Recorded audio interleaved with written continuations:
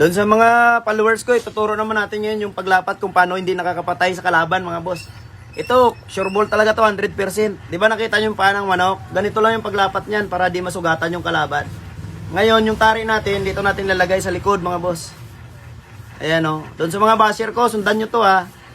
Ayan, maglagay muna tayo ng, ng 5. 1, 2, 3, 4, 5 sa baba mga boss.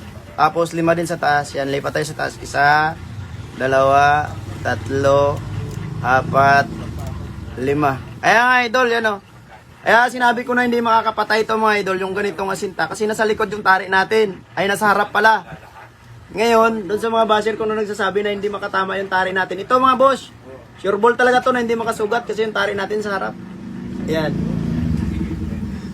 Yan lang mga idol, yung maglapat ng tari na hindi nakakapatay. Yan.